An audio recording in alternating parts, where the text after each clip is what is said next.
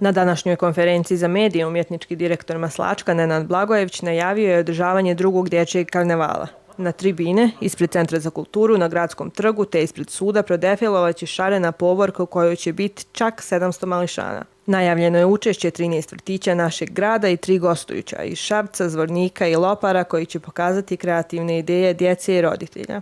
Četvrtak 7.6. sa početkom od 18 časova. Gradski trg će biti zatvoren, gdje će biti defile.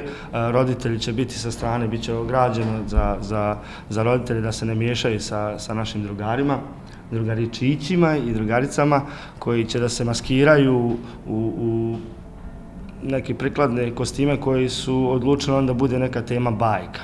Znači, drugari iz vrtića će da naprave temu bajka i imat će svoju poruku za taj dan koju će nositi kao tablu ispred sebe i stavit će ispred Centra za kulturu gdje će to stajati jedno dan, dva da to vide prolaznici. Pozorištance Maslačak i ove godine potrudit će se da mališani imaju potpun ugođaj. Zajedno sa najmlađima trgom će defilovati maskote koji predstavljaju vrtiće učesnike.